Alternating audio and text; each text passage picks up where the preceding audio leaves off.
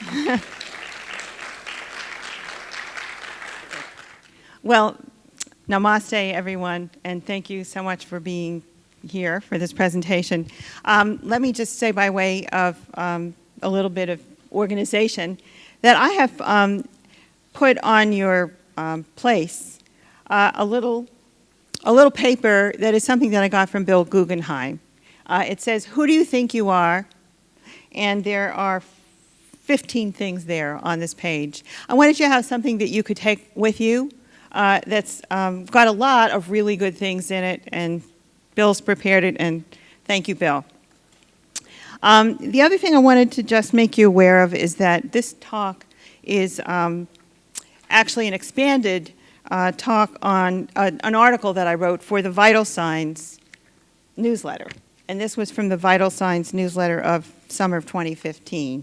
So there is a one-page article in that on what NDEs teach us about the importance of self-love. So if you have access to this, I think you could even ask Susan at the desk out there. She might be able to get you a copy of it. Okay, so I want to say a little bit about myself. You probably wonder, what are my credentials as a psychiatrist to be speaking about self-love? And you'd be right in asking yourself that question, because that is not part of my training. What I want to tell you that I believe this talk is going to be very congruent with our first two talks of the morning. I think you'll find there are ways in which things are echoing in this talk. If you remember the talk that Jeff gave, he was answering somebody's question, and he used the reference to the Bible verse, "Physician, heal thyself."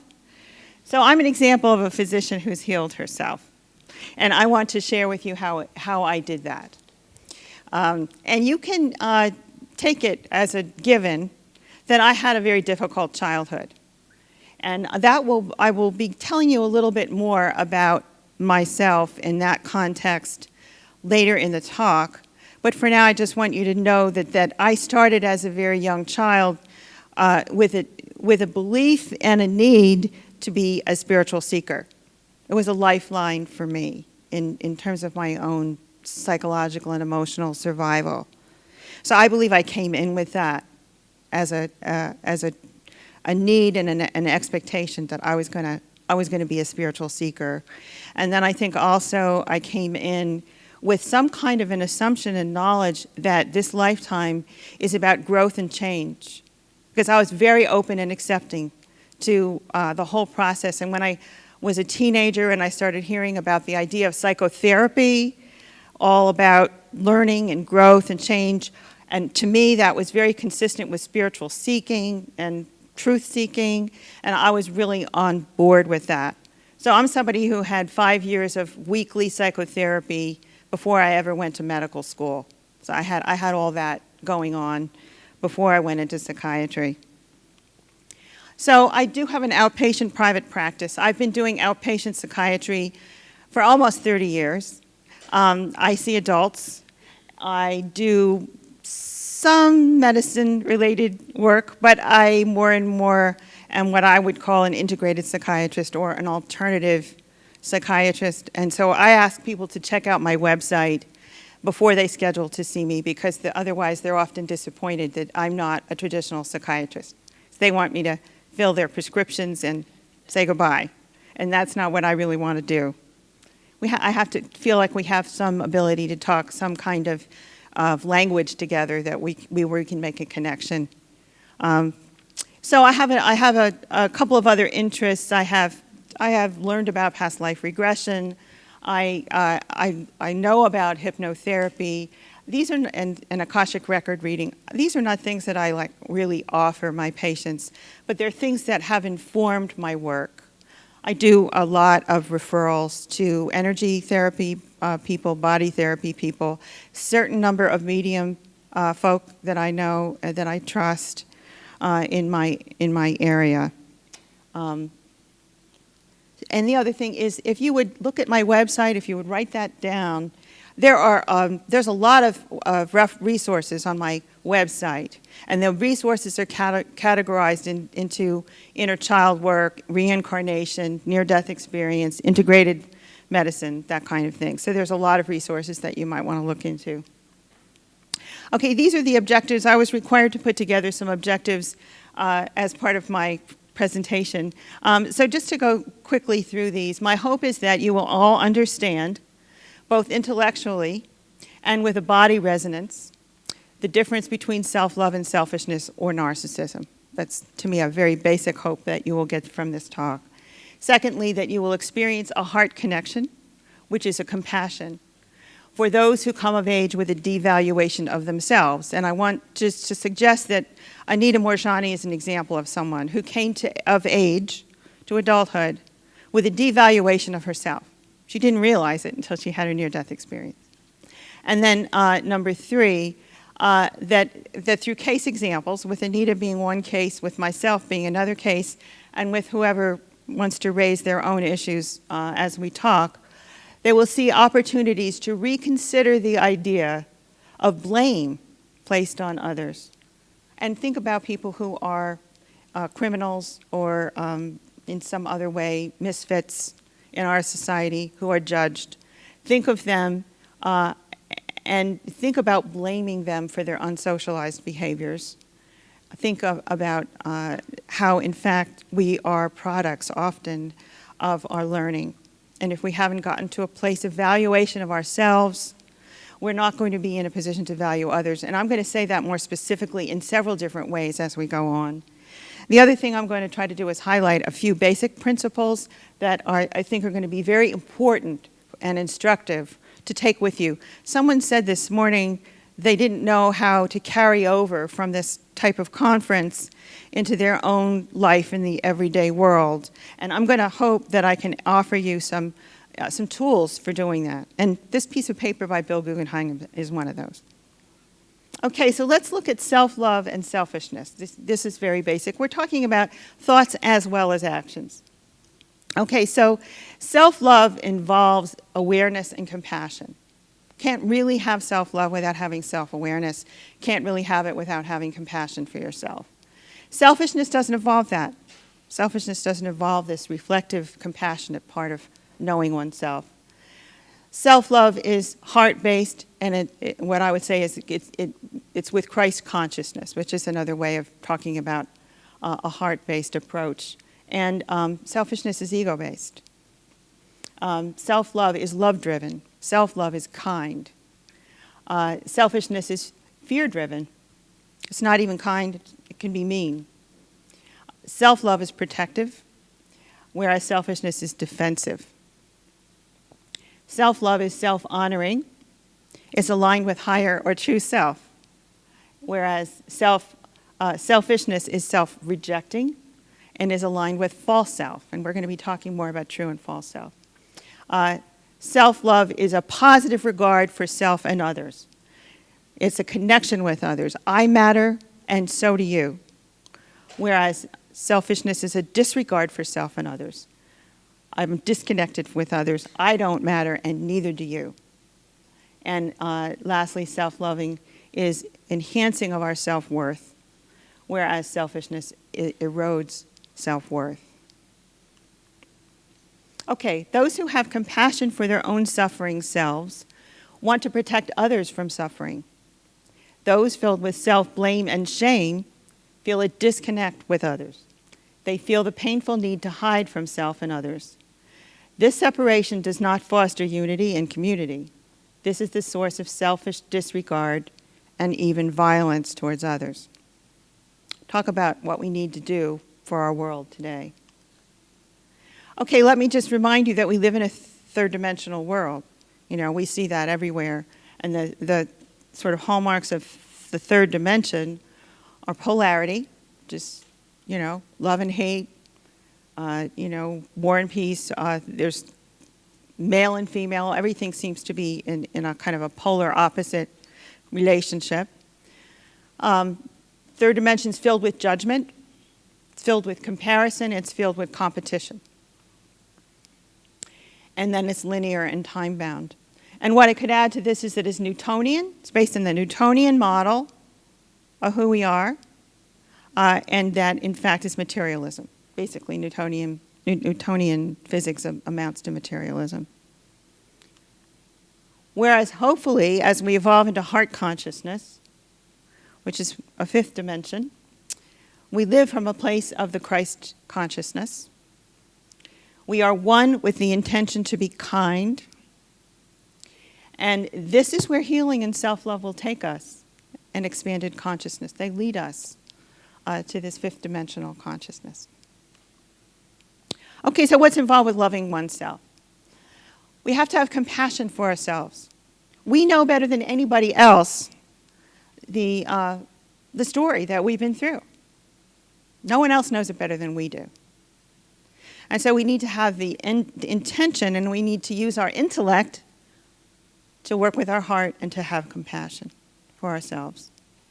We also have to be advocates of ourselves. We have to be able to begin to say, no, I don't deserve certain ways of being talked to, certain ways that I talk to myself. I don't deserve to feel less than other people. Finding one's voice. Finding one's voice is, as people talk about their story, they are voicing the truth that they hold within themselves. One of the benefits of this conference is that we give people the opportunity to talk about themselves all over, in near-death experience. Very often people are brought to earlier situations in their lives like Anita was, and she's talking about herself. She's telling her story, what she used to think about herself for so long, and now what the near-death experience helped her to understand. The more people talk about themselves in the light of truth, the clearer they get in terms of their own self-advocacy and self-compassion. It's one of the benefits of therapy is to have people talk about themselves. Okay, and then the other is to resolve inner conflicts. Now, this takes more work, and this often takes more time. All of these things, of course, are interrelated. But resolving inner conflicts is huge. We first have to really have more self-awareness before we're going to get to the place where we know that we have inner conflicts. We have contradictions that we hold within ourselves, and they need to be resolved. So, for example, I wrote down adolescent self versus child self. Now, this is something I'm going to be talking more about when we get to the inner child, and we'll talk about the different inner children that we carry within us.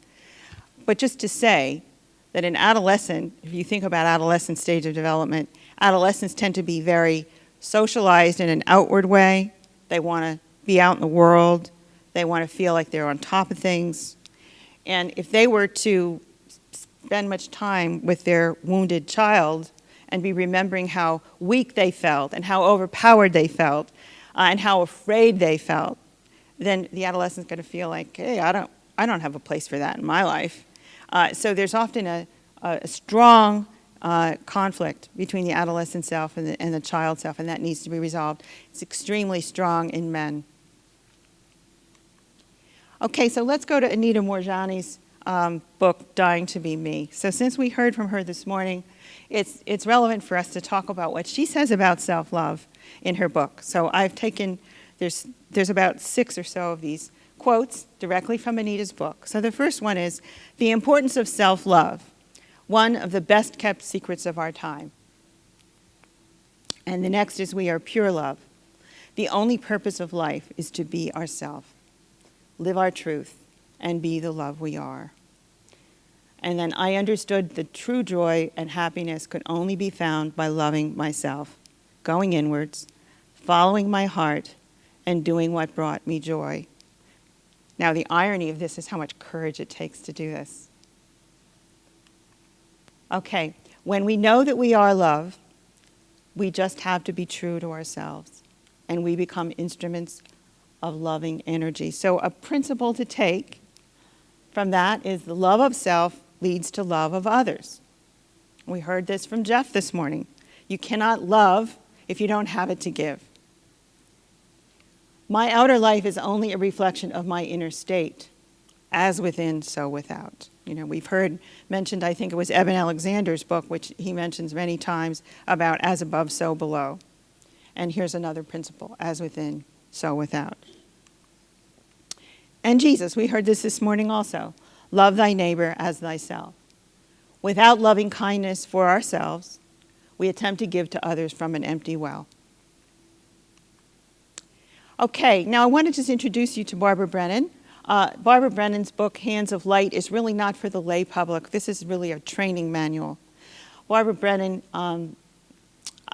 there's a whole story about Barbara Brennan that is fascinating. She was a scientist, and she became someone who trains people to do energy work. The Hands of Light is the way that she trains people, and it's a lengthy training. There are people all throughout the country who've been trained by Barbara Brennan. They're very impressive in what they know. So she said, self-love takes practice. It comes from living in ways that do not betray oneself. It comes from living according to one's inner truth. So an example of self-betrayal would be Anita saying she almost got married and then she backed out. Well, that would have been a self-betrayal had she gone through with the marriage. Then there would have been a lot of work to do around all of that, ultimately. Okay, self-love and inner child healing. The longings and pain that have been generated out of loss, misattunements, abuse, and fear are ours to resolve. You know, we're talking about childhood experience. This is the soul work we have come here to do. With heart consciousness, we have an enhanced awareness of our own lived experiences and compassion for our once innocent selves. Now, you don't have to be an abused child or a neglected child in order to come to adulthood with developmental arrest, essentially, is how Barbara Brennan talks about it. Anita was not an abused child. She was a loved child. She had a good home. And yet she came to adulthood with some very important work that needed to be done. You see, so think about your own life circumstances. You might have had a loving childhood and still have unresolved inner child work to do. And inner child work is the work of a lifetime. Barbara Brennan defines 5 inner children. There are other people who might define the number of inner children differently. But this is a model that seems to work well. In my practice with patients, I normally just talk about the young child and the adolescent because sometimes they just don't really know how to distinguish at a more specific way. But they can often distinguish what their life was like, say, as an infant or as a toddler, based on things they knew and learned later on about what was going on in the family back then. So, believe it or not, the in utero child is subjected to a great deal of unresolved pain and conflict, depending on what was going on while they were in their mother's womb. And the neonate, which is the first weeks of life. The next age is 2 months to 18 months, roughly. Toddler, 2 to 3 years. School age, 5 to 7. This is a crucial, crucial age because by the time we reach age 5, we have enough experience in the world. We have enough sense. We have language. We have an idea about how our family is compared to how other families are. If now, in this day and age, we have the television and we have the computer and we have many other ways to have some sense of whether we're one of the marginalized unfortunates or whether we're more in the lucky and fortunate category. But even then, we have to go out into the world. We have to go out of this world that's highly competitive into a world that's not particularly welcoming and loving, even in kindergarten, depending on what your kindergarten situation is. And we have to make a way for ourselves. This is very difficult. And then there's puberty and early adolescence, ages 10 to 14. And then the adolescent period can extend, in our culture, the adolescent period can extend into the mid to late 20s.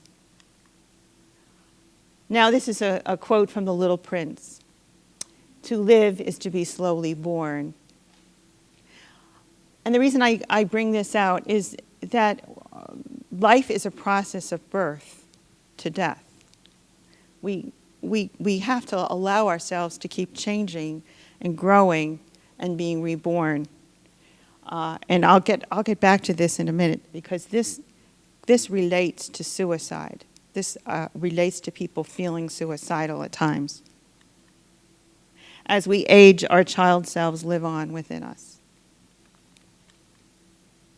The drama of our young lives sets the stage for our spiritual and psychological work. Developmental arrest is cellular. The body remembers exactly what happened to it. And now, this is complex. What's happening in the world of mental health, for those of you who are not involved, is that we're now developing ways of understanding trauma and how to treat trauma that involve the body. An awareness that the trauma is held, the tension and the pain is held in the body. And we're getting more involved in doing body work and energy work with people who've had trauma as a way of helping them heal.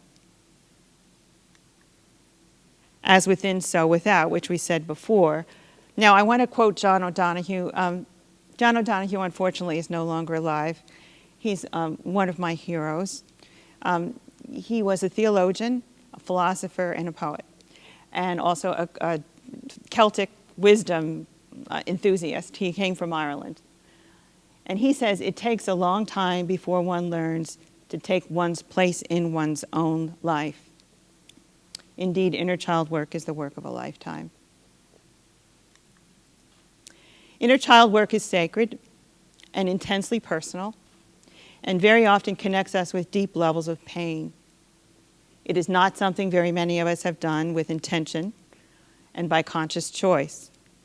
It is, in fact, common for one to have used every opportunity for distraction and avoidance until life experiences in middle and older adulthood makes this work more and more necessary and unavoidable.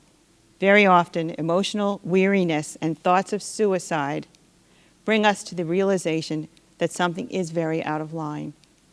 Somehow we know that how we have been living is in opposition to our highest and best good. I would say that the majority of my patients are ready to do inner child work when they're 55 years old. There are many, many people who've done therapy, who've had difficult childhoods, who've had abusive childhoods, who've been working with therapists who have a lot of cognitive processing and awareness of their pain, but they haven't healed. Healing happens at a deeper level. It's like a spiral. And we come back to it, and we come back to it, until we get to a place, which is often in midlife, where we've lived long enough in the same way that we tried to make an adaptation and cope as children. We've lived that until we're 50-some. And we get to a place where we feel completely defeated, that how we've been going about trying to prove to ourselves and the rest of the world that we're adequate, that we're lovable. It's not worked. We haven't proved it. And it becomes a feeling of despair, a feeling of I cannot go on, not like I've been living. And the reality is they need to stop doing what they've been doing because it hasn't been working. And they need to allow a part of themselves to die so that another part of themselves can be born. And that this feeling, this intuition around suicide, this is telling them they need to change. This is telling them some part of them needs to die. And it's really part of our body's healing to have that awareness. The search for clarity and congruence, telling our story in the light of truth. I mentioned this earlier. Once we enter, there is no turning back, and we must open ourselves to the complex emotions we carry. The rewards of this courage are beyond imagining, but cannot be acquired without being vulnerable. And when I say once we enter, what I mean is when you're at that point in your mid-50s and you say, I cannot go on. I can't go back, but I can't go forward. I don't know what to do. That's the point of saying, you're being truthful with yourself. You're really you're in a bind, aren't you? This is the time to admit that you've had enough life experience and you have enough sense of what has to happen, that you're determined that you're going to go ahead and take that first step. But it involves forgiveness. Now, forgiveness is not easy. Forgiveness is an act of self-love.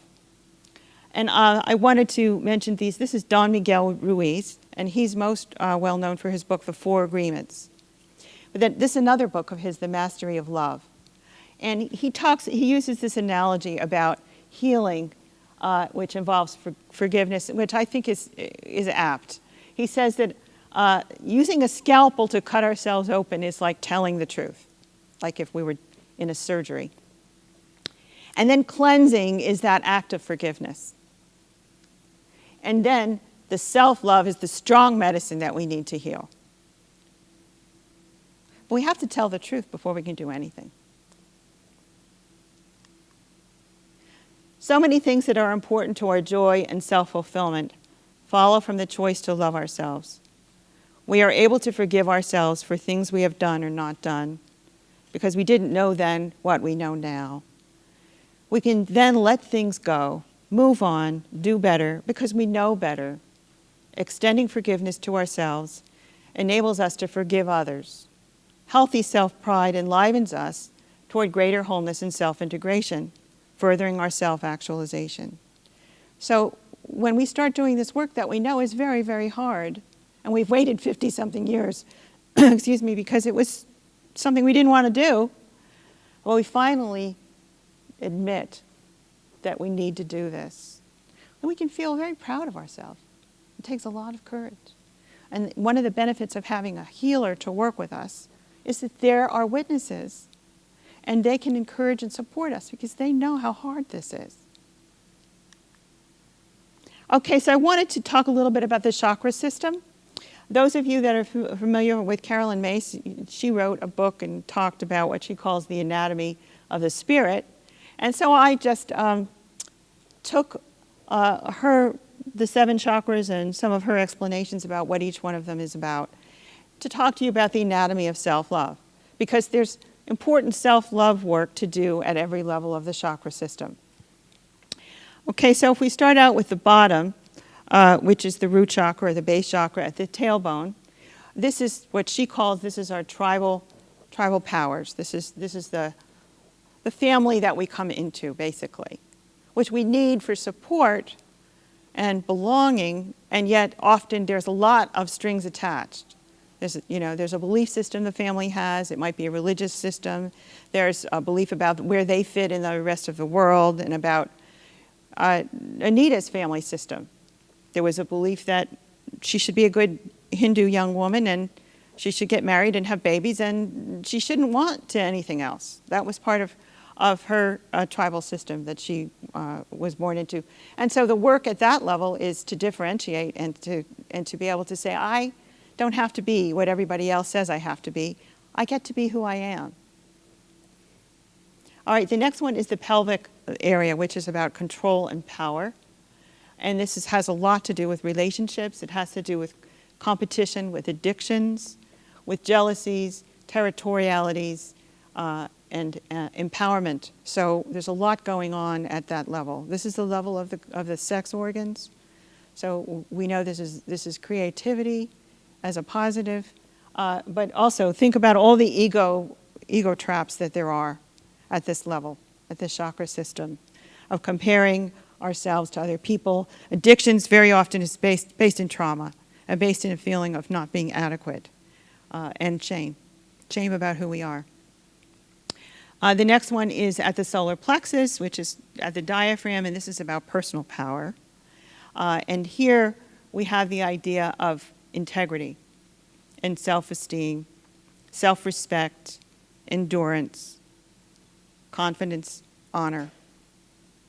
So the idea is, what is self-honoring and what is self-dishonoring? And then at the level of the heart, we have the emotional power center. And this has to do with compassion, forgiveness, and love connection with self and others. And then we have the throat chakra with this center of will. This is choices, boundaries, saying no when we mean no, and letting other people be clear about where our boundaries are. That comes from that chakra. Speaking truth, speaking with honesty. One of the 4 agreements is being impeccable with your word. And then we have the intuition, the third eye, and that has to do with discernment and being able to understand what is in your highest good. power of the mind, and the management of illusions. So a lot of things we've told ourselves all of our life, that we're not as good as someone else, we're not as smart as someone else, we're not pretty enough, any of those things. Those are illusions. They are not true, they have never been true. But we have to do the work to disillusion ourselves from those beliefs. And then the crown chakra is about the spiritual connection. And this is the higher self connection. This is the center of mysticism and divine power. So I tell people that self-love is about getting in alignment with our highest self and our love and our spiritual connection. We need to do the work at every level, actually. And our egos are in the lower chakras. Our ego, the lower chakra is about kind of getting along in the world and figuring out jealousies and comparisons and so forth. And we need to let our higher self be where we lead from, where we come from, and where we go forward from. And our ego needs to follow that. Our ego should not be leading us. That's a problem. Higher self in alignment. Who we will become more fully after death is our higher self. It's closely connected with true self and authentic self. And I often find that true self resides in the 5-year-old. That's where who we came here to be is a gift of our 5-year-old to find that. There is a vibration or a felt recognition when we are in alignment. That is the true self, all of our 5 inner children with our soul or higher self. You can tell that Anita is in alignment. Can you not? You can tell that Jeff is in alignment. You can start to recognize who's in alignment. A lot of people who have had near-death experiences get to be in alignment, whether or not they really understand that's occurred. What is in our highest and best good? If we accept that we are one with the divine and one with one another and all living things, then it follows that we have a sacred duty to cherish and protect ourselves. Our lives are filled with opportunities to make choices, and these ultimately determine how we connect with or disconnect from our higher selves.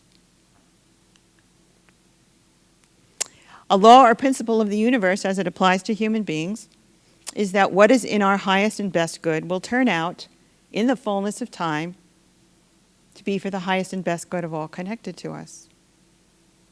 So very often, I see women who are in their 50s, who have children, and they don't know what to do for their children. If, for instance, there's enough of a marital discord that they're not sure that they can keep their family intact. And then they vacillate. Well, but I don't want to leave my husband. What about my children? Then the family won't be together. And they go back and forth. And I tell them, you need to find out what is in your highest and best good. And when you determine what is in your highest and best good, you can just know that it will be in the highest and best good of your children. And if you don't know it yet, then don't do it yet. But put that as your priority, to find out what is in your highest and best good. And you can pray about it, and you can ask for wisdom from dreams and from other sources. The universe is always wanting to help us and guide us, but we have to ask. As we find how much more there is to explore and discover within each of us, we know that we are not thinking machines. We are multidimensional beings of light, and our hearts are the compass we needed to find and follow our best selves. To live into the potential that we have been born to fulfill, we need to be the source of our own empowerment. When our hearts and higher self-connection lead the way, and our egos follow, we are in alignment. This is the way we will and must go forward, both individually and collectively. Life task. Okay, this is where I want to tell you something more about myself. So I'm the 6th of 7 children. I'm the youngest girl. There are 5 girls. And I was born into a family where my father was from a very abusive background. He was abandoned by his mother when he was 2, and he was raised with his father, but his father died when he was 6. And so then he was taken in by relatives, and this was in south of France in a very rural area. Whatever happened was so difficult and emotionally painful that he would never talk about it, but we know that there was a lot of painful, abusive, neglectful circumstances in his young life. And my father was a rageaholic, and he was very violent. And he took his violence out selectively on certain children, and I was one. And to grow up with a father who is that rageful and violent is to be so confused. When I was 5 years old in school age, if someone had asked me about myself, my home, my family, I would have said, well, God made a mistake because he gave me to somebody who didn't want me. And so I concluded that I wasn't going to be able to grow up, that I would be dead before I was, adolescent. And I just waited it out. Luckily, I didn't die. But there was a lot of work to be done in my childhood with that realization. So coming to this self-love and having worked through my inner pain was a necessity. And it brought me to being a psychiatrist, and it brought me to be working with patients, and it brought me to be here today to talk to you about self-love. And one of the things that is just so magical and magnificent about being able to do this is that my wounded child self brought me to the same place as Anita's near-death experience. How astounding is that? And how affirming and confirming is that about the wisdom of the universe? And that truth is truth, no matter how we arrive at it. And we don't all arrive at it the same way. So, according to Barbara Brennan, life task is that which you have wanted to do more than anything in your life. It's that you came here to do. By clearing away your personal blocks, you pave the way to accomplish your deepest longing. Let your longing lead you. Follow it. It will bring you happiness. We're all here for happiness and joy. Why does it matter? To ignore or negate the necessity to know, honor, protect, and passionately embrace our unique selves is blasphemy. Without an inner life of connection to ourselves and to our hopes and dreams and emotions and woundedness, we are lost to ourselves. We cannot be present to our own experience.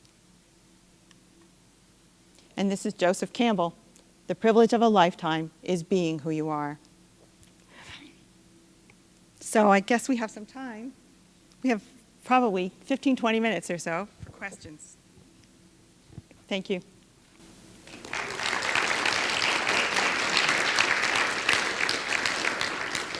I thought I might ask the first question. This is a statement that I recently heard from Karen Armstrong. I don't know if you know Karen Armstrong's work. She's a theologian, wonderful woman. She wrote her own autobiography that's called The Spiral Staircase. She started out as a nun. She also wrote a book, The History of God, and she's written other books about different religions. And she mentioned this recently, and I thought it was a good place for us to begin. She says, you are your best self when you give yourself away. Okay, now that's confusing, I think. Because I think in our culture, we think that to be, what that means is we have to be giving. That's what we're meant to be. That's Christ-like. We should be giving. We should take, especially females, but all of us. We should give to other people. We should be generous. We should take care of other people. We should care about other people.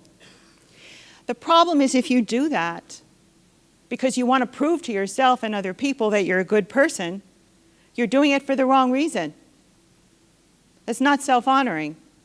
That's not self-loving. And you don't have a limitless capacity to do that. You're going to run into a problem. You really need to be in a place of giving to others when there's no strings attached, when you're not trying to prove anything about how good of a person you are, or you're not trying to compensate because you feel adequate and you want to, like, oh, well, but I did these things. I was good here and there. That is not the way to do it. You need to first do for yourself. First find a way to give to yourself what it is that you need. And then you're in a position to give to other people freely with no strings attached. And so then it will flow back to you. It will be a natural, organic process. And it will be life-affirming to be life-giving. It's the loop. And those of us who are in the helping professions, whatever that means to you, we have to know that. Otherwise, why be in that? Don't go do something else. If it's not rewarding and joy-giving, then don't do it, because that is not in your best good. Okay, do I have other questions? Please. And you don't have to reveal your own past if you don't want to.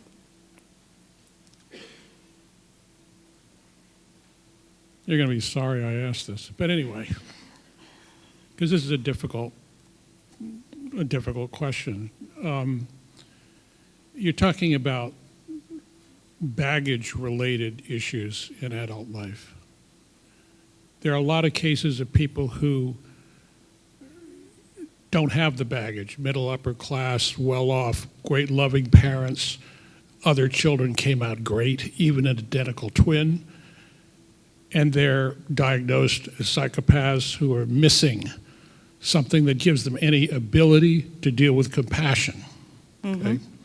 You don't have the baggage to go back and fix because that wasn't the problem. How are people with that diagnosis treated today in psychiatry? Psychopaths? Yeah. Well, I mean, just because people might be treated a certain way in psychiatry doesn't mean it's correct. You know, psychopaths are kind of like considered untreatable. A lot of psychopaths end up in jail one way or the other, or dead, or they're out there doing what they're doing and being very destructive to themselves and other people. I think that for some of these very, very critical issues, we're not looking deep enough, we're not asking the right questions. You know, there was some things mentioned at an earlier session that I was at about multiple personality disorder. I believe there are many things we could be learning as a wider society through multiple personality disorder. And I think there are many things we could be learning as a wider society by studying psychopathology. I would refer you to the book by Roy Hill. He's written a book on psychology of the near-death experience. And Roy works in a prison system. He's a psychologist. And he works with psychopaths a lot. And I would say he has some very important ways to talk to us about that. And you might actually try to email him or something, because he's often at these conferences, and I think he'd probably be very interested in following up on that question. Sure. Great talk, Rebecca. Thank you. Thank you. Really appreciate it. So I wondered if you could maybe talk a little bit more about what you mentioned at the beginning about the struggle with the inner adolescence and the inner child. You had said something about men have a little bit more of a problem with it, but if you could also address women as well, too. Sure, absolutely. So it's very common in our society for us to, you know, we're way too focused on things like success, whatever that means. It's, you know, an achievement. And so when our adolescents, you know, come of age, they're 15 or whatever, we expect them to, like, you know, what do you want to be? What are you going to do? And what we really mean by that is, what are you going to do to make money? What are you going to do to be, you know, sort of impressive and make your parents feel, you know, impressed about they've been good parents or whatever? We're not really interested in, you know, knowing who they are. And they're too young to be given all of that responsibility about premature closure on developing an identity. The work of adolescence is identity. But in our culture, we make identity into a career and goals related to college and money making. And that's so unfair to them. Their identity should be about what they've come here to do, what their gifts are, what their talents are, what brings them joy. And that's what the question should be. Like, hey, you're 15. What are you good at? What do you like? What lights up your life, you know? And then help them to see that, well, you can do something with that in your life. You don't have to leave that behind because you have to become a lawyer or somebody else, you know. It's not all about that. But we don't help adolescents. We actually make it much harder for them. So adolescents tend to negate their true self. They don't go there because nobody's interested anyway. And so they don't even go there. And so their true self is back there in their 5-year-old self. And it waits. The true self waits for them to start maybe one day noticing that they're ignoring that younger part of themselves. And men do this more than women because guess why? Because in our culture, we put the pressure on men to have a career and make money and be competitive with one another. That's what we do. And so the men they're not interested in looking at their little boy self who felt weak and powerless and emotional and so forth. So it's because of the way we are as a society that it's so much harder on men. But women do it too. So women, you know, Anita, you know, she was in this quandary as an adolescent. She knew in her heart of hearts that she didn't want to be heading in the direction that she was being, you know, sent. But she also loved her mother and father, and she didn't want to disappoint them, and she had a whole culture, and she knew what there would be dire consequences. And so she was in deep conflict. So we do that in all kinds of ways. And I have some of my patients are teachers of young children. They're kindergarten or pre-K, first grade teachers. And I believe that there is so much good that they do at that age if they love children. And they just keep telling the children, you're fine. Whoever you are, there's a place for everybody.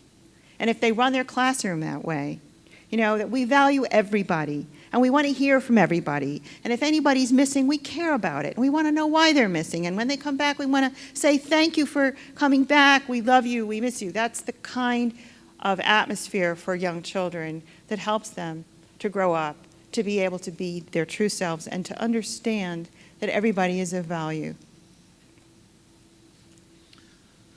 I want to thank you for all this. When you started, I wrote down there's a Hawaiian concept called ho'oponopono.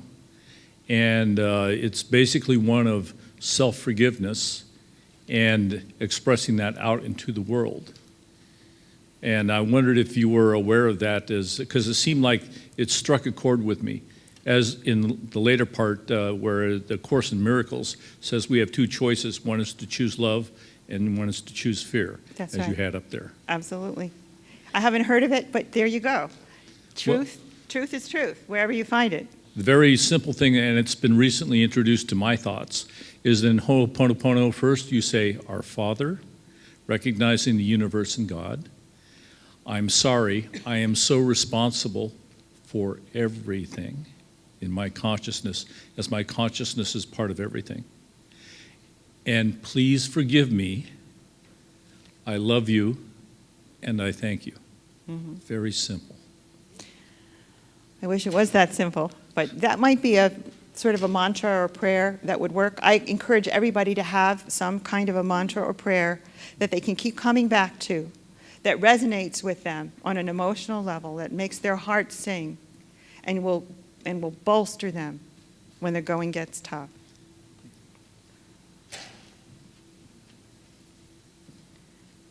I wrote a book about near-death experiences of love, and it made a huge difference in my life to submerge myself in all these quotations about love.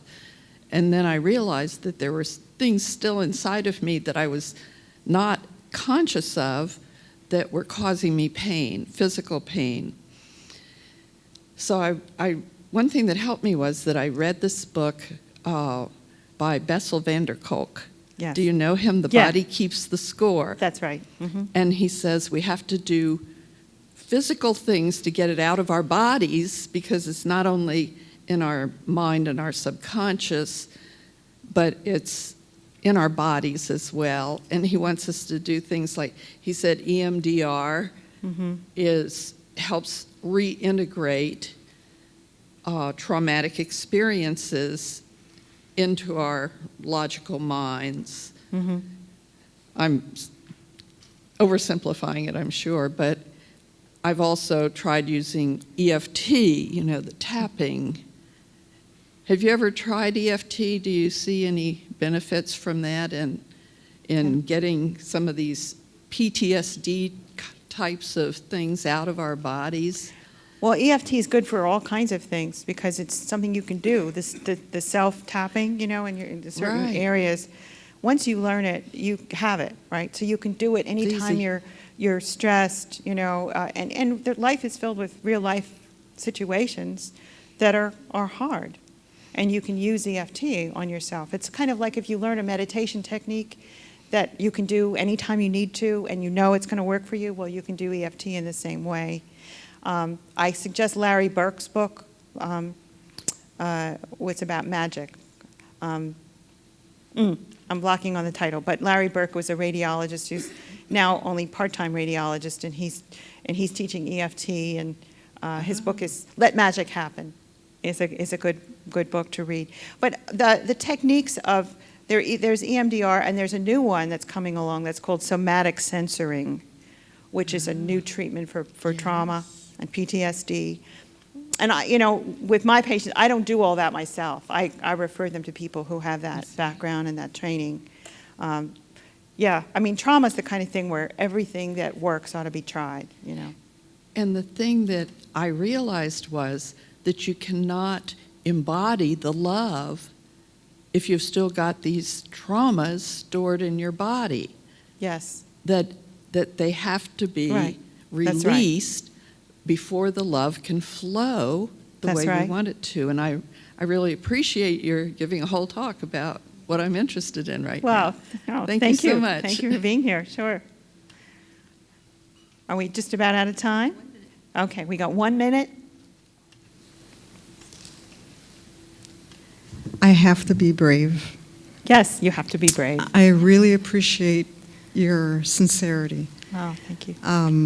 I also had a very, very difficult early childhood through probably age 12. I've done a lot of work. What I said to some friends today was I've never shared my story because I didn't want to take hostages. Because when you tell about how terrible the things were that happened to you, I felt, and I still feel at times, that I'm taking prisoners into an emotional state that I don't want them to be in. So then I start closing up again. How did you get to a point where you were just able to be open, like consistently, to live your full, pure life? I had a therapist, and I saw that therapist every week from the age of 22 for 5 years, right? So that was, 27? And then I went to medical school, and then I was doing my residency, and then I ended up with another therapist later on. And then, even now, I have someone who does energy work who's my person, that I still get healing work from. And that's what I mean. It's a lifelong process. I'm never finished. Okay. Yeah. So if you haven't had a therapist who you could work with very consistently, then that's the place to start. Oh, I have. I've had wonderful work, and then I feel like I'm doing great, and then I want to share my story, but I don't want to hurt her emotional state, so I won't say it to her, and I won't be myself. Well, you can't do that. You have to at least say part of your story, even if it's in generalities. I had a very difficult childhood. I'm still working on it. And it would be, as my friend, if they're friends, give them a place in your life to be helpful to you. That's what love is about, is allowing people to give to us. Okay. Yeah. Yes. Thank Yeah, you and so tell them, much. I don't want to take you hostage, and they'll tell you if they feel like you're taking them hostage. And, you have to start where you are. Thank you. Right. Thank you so much. Okay, sure. Okay, thank you.